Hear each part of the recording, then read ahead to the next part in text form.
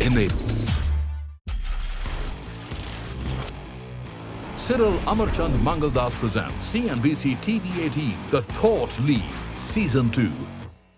Hello and welcome to The Thought Lead. Today we will discuss a novel idea of an international arbitration center at IFSC, or International Financial Services Center, popularly known as the Gift City.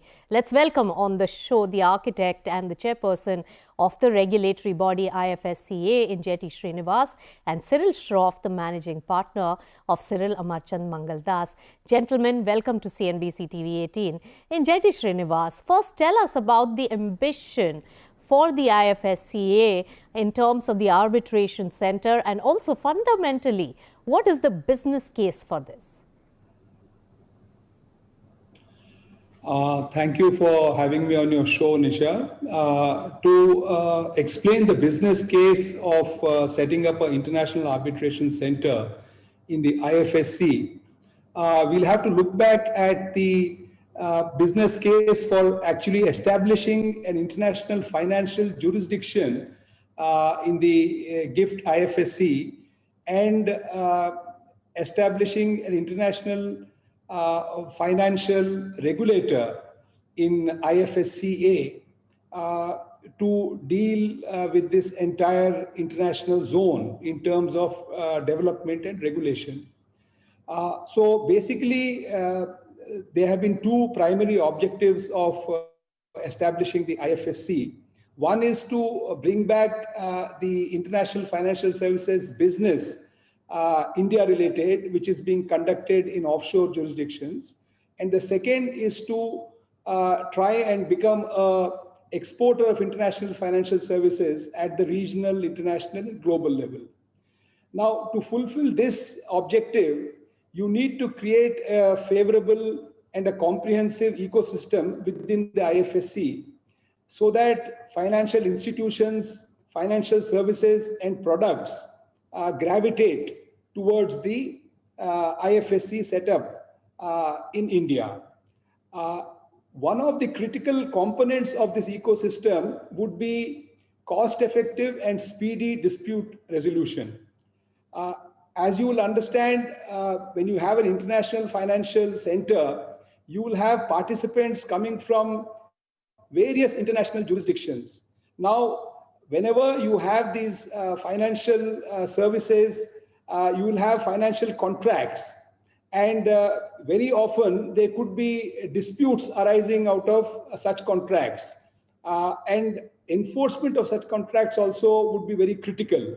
So you would need a very, very cost-effective and speedy dispute resolution system.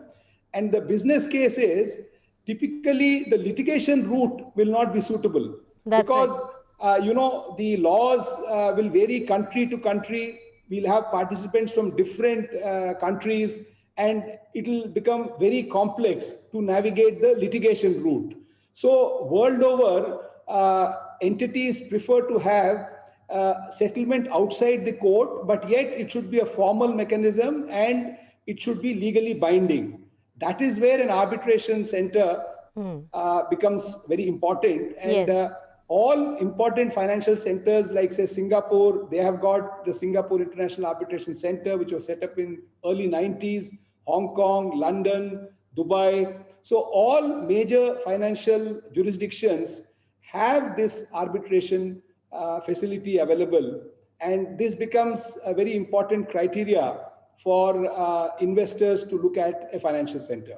Right, Injeti Srinivas. So being at par with other global financial services centers across the world. Now, Cyril Shroff, in terms of arbitration, how critical is this from the legal mindset perspective versus litigation? Because Injeti Srinivas also highlighted the points about speedy resolution as well as cost effectiveness, and also time value of money component also plays a very important role in financial disputes and commercial aspects. So if I can build on what Injeti said, I think you can't really have a sort of a successful financial center without having a equally effective dispute resolution system. And the court system necessarily takes longer. It is more cumbersome and complex. So we inevitably gravitate towards an alternate dispute resolution mechanism, leading us to arbitration. Now, apart from speed, I think there is also the issue of complexity and expertise. So we are talking here mostly of financial contracts, and financial contracts are very different from other types of contracts. So it's going to require a high level of special expertise. So what I envision happening is a lot of specialized arbitration and specialized types of disputes being resolved here. They would sort of take much longer in the regular court system. Therefore, it makes complete sense to have a specialized tribunal, arbitral tribunal, to deal with this. So there is a very, very strong business case for this. It's almost a sine qua non. Right. So strong business case there, and probably we can really eliminate some of the issues that lie with the normal litigation system.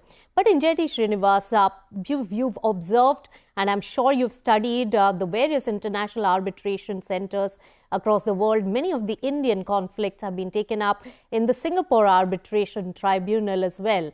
Are there any learnings and more simplifications now that a new arbitration center will be created? What are those USPs that you can incorporate to attract more of these cases to your center? Okay, so now this is the typical case. As a large economy with so many players, there are large numbers of disputes also arising. And we find that the large players often choose a foreign seat of arbitration for resolving their disputes. Like many resident entities also may be choosing Singapore or maybe choosing London or Hong Kong. Why they are choosing is because, number one, they have party autonomy. They can choose any governing law. They can choose any cural law. And there is a lot of, neutrality, a lot of predictability and time-bound disposal of these cases. Now, if we want that this business should be brought back to India, we'll have to create identical conditions. Now, the USP is, number one, that we have a very robust legal system. Our Arbitration and Conciliation Act is also modeled on the lines of the UNCITRAL model law for international commercial arbitration. But what we really need to do is we'll have to make some carve-outs so that we create the conditions which exist in the competing jurisdictions, let us say Singapore. Now that can be achieved by treating, say, international commercial arbitration being done at the IFSC as a international arbitration, and the advantage of it being treated as a foreign award when there's a final award. Yes. So some of these things can be achieved by way of tweaking and creating some carve-outs in our Arbitration and Conciliation Act, which is possible. For example, under FEMA, we treat IFSC as a foreign jurisdiction. And entity in the IFSC is a non-resident entity. Similarly, we can do some tweaking with the Arbitration and Conciliation Act also. When this happens, the residents can choose IFSC as the seat of arbitration and enjoy the benefits, of party autonomy, etc., which they get in other jurisdictions. Also, it will be very cost-effective. And we must also remember that for any arbitration center to be successful, it's very important to have government backing. In the instant case, it is the government's initiative and the government's decision to set up an international arbitration center within the GIFT IFSC.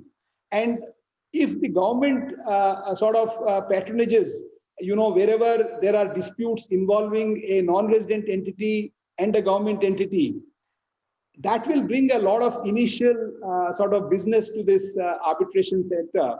And once the confidence builds up, you can expect, entities from other jurisdictions also to come here and do their arbitration in the arbitration center here once it is set up. Right. Very important point made there by Injeti Srinivas about how government-led disputes could be the beginning of attracting some of the cases to begin with in this arbitration center. But Cyril, Shroff, do you think that this will ring the bell better with the Indian companies as well? Because we've seen several cases in the past where arbitration award is given overseas, but it is not maintainable here in India, and it again goes in for appeal here at the higher courts. And then the whole purpose of an arbitration process is lost because of the time that is consumed in this resolution.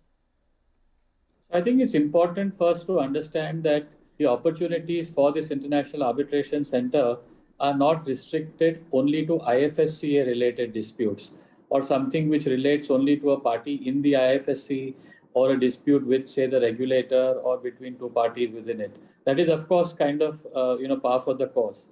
But because of the way arbitration law has evolved, this could be used in a much broader sense for resolving disputes in a very specific environment. Now, the Supreme Court has held that even two Indian parties in the General Electric PSL case, that even between two Indian parties, they could choose a foreign-seated arbitration. And it's a Supreme Court judgment.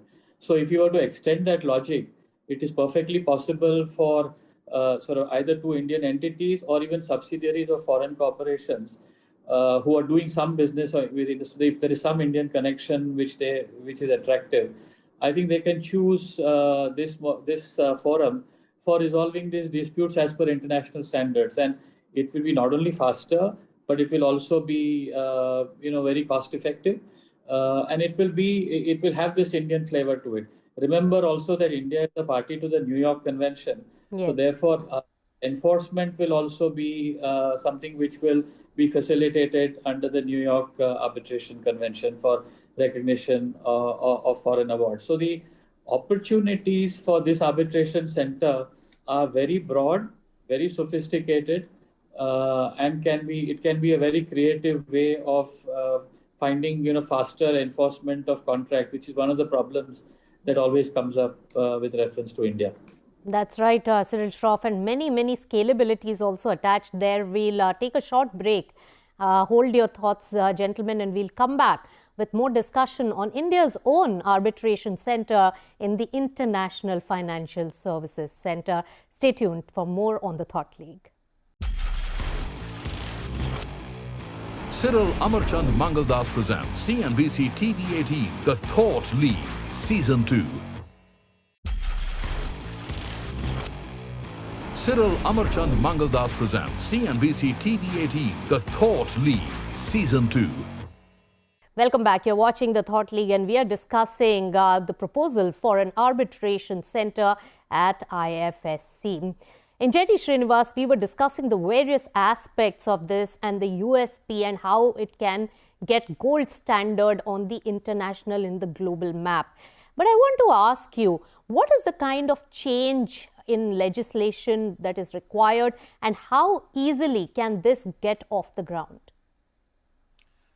Yeah, so I think one very important provision in the IFSCA Act I would like to briefly mention. There is a section 31 in the IFSCA Act which states that any provision or provisions of any act in force or rules or regulations can be disapplied or modified in their application when it comes to the IFSC. So this is an cross-cutting sort of tool which has been given by the legislators to the central government to be able to create a special dispensation for the IFSC. So as I mentioned, for this to be established and to make it distinct from the arbitration centers which are functioning in the domestic area, we will have to look at enabling it to have modern arbitration rules. You see, while the Arbitration Act provides the system and the process and our own Arbitration Conciliation Act is modeled on the international model law. The difference comes when it comes to the arbitration rules. For example, in Singapore, you not only have the UNCITRAL arbitration rules, but the Singapore International Arbitration Center has also brought out its own rules. Now here, the case management system, the panel of arbitrators, the internationalization of the panel, you have, arbitrators from all over the world, from different jurisdictions, with different specializations. So I think, the scope to have such a specialized body to manage this entire arbitration center. In Singapore, it's a not-for-profit entity. So in Indian context, we may have to look at some, a Section 8 company being set up, which can sort of manage this center. Secondly, when we talk about arbitration, the whole purpose, especially international arbitration, the whole purpose is actually not to go to appeal. So in some of the jurisdictions, you have a provision which says that both parties can voluntarily forego the right to appeal. Now, that is not recognized in our context. In India, you can't extinguish a legal right by way of a contractual agreement. Now, if that is enabled, then majority of the arbitrations will assume finality and the dispute can be resolved rather than lingering and going for litigation. So there are some legislative changes like this and some more, even, for example, third-party funding, etc., which can be thought of so that we can make it totally, at par with the best-in-class arbitration centers. Injeti, Srinivas, I must say that government has made many efforts to come about with many changes in order to incorporate and also get this initiative going. So probably foregoing the right of appeal is something that needs to be looked at along with some of the others that you mentioned. But Cyril, Shroff, even though we are compliant with New York Convention, a seat of arbitration center in India, though in an onshore entity, technically, what does this really mean in terms of the law, the parameters, as well as the appeal rights? So first, let me sort of come back to the art of the possible, just to build on what Mr. Srinivas was saying. So because it's a regulatory island, there is almost a blank sheet of paper on which we can write on. And, there's almost like a magic wand that we have in terms of being able to create special procedures and innovate a lot. And this innovation will have to be, and modernity will have to be both on the hard infrastructure side as well as on the soft infrastructure side. The hard infrastructure will include the physical facilities, the latest technology, use of AI, and there's so many things that are possible, and these are all available now at reasonable prices. So that's the hard infrastructure. Then there is the soft infrastructure of the rules, the panels of arbitrators, the ability to have third-party finance, the ability under the rules to restrict the right of appeal, and there is so much that is possible. And I think because IFSCA can leapfrog from the learnings of so many arbitration centers across the world, we can be the best in class and better than the best in class at one go. And I think that is the real opportunity over here. Now, coming to the second part of your question. So, the IFSCA, whilst it's a regulatory island and for some purposes a deemed foreign territory, it's still on Indian soil. So the New York Convention will still apply. And what that does is that it allows automatic enforcement of awards in countries which are party to the New York Convention and which have also been notified as kind of reciprocating territories. And that's a pretty long list. The total list of parties to the convention are 169, and 50 countries have been recognized as reciprocating territories as well. So, that's pretty good. And that's a great starting point. On top of that, if you add now the government support, if you add the fact that you could incentivize 2 Indian parties from the domestic hinterland coming and choosing this as well, there is a big surge that is possible, provided we kind of get it going in a proper way. Right. So those are the aspects to be looked at. But Injeti, Srinivas, final word on this particular aspect. How do you make it world-class? So I think, part of it has been answered by Mr. Shroff. So you'll have to look at the physical infrastructure, using technology, enabling, the best-in-class technology. In terms of the legal framework also, it needs to be best-in-class legal framework. And in terms of capacity building also, we'll have to do a lot, to make it world-class and with world-class reputation. So I think there are many points in our favor, and it is just that we need to get it right. And, the initial, we'll have to look at a gradual sort of organic growth and not become over-ambitious. So I think we'll have to have a approach where it is gradually, lifted from strength to strength.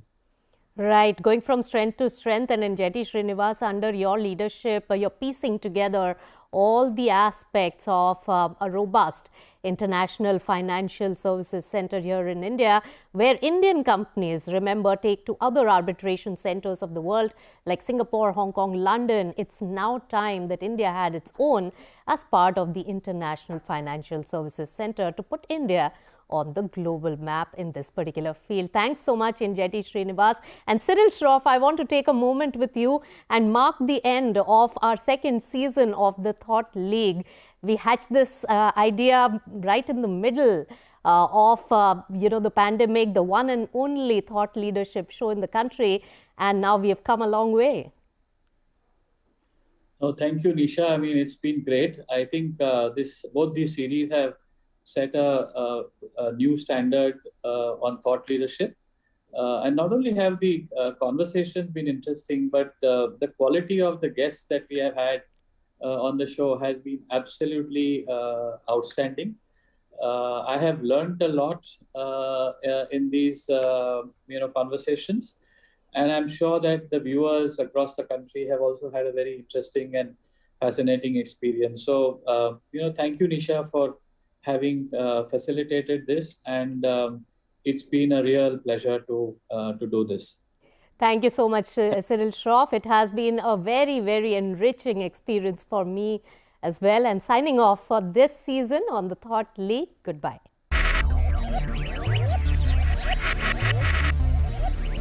Focus, ideate, innovate, enable. Cyril, Amarchand, Mangaldas presents CNBC TV18, The Thought League, Season 2.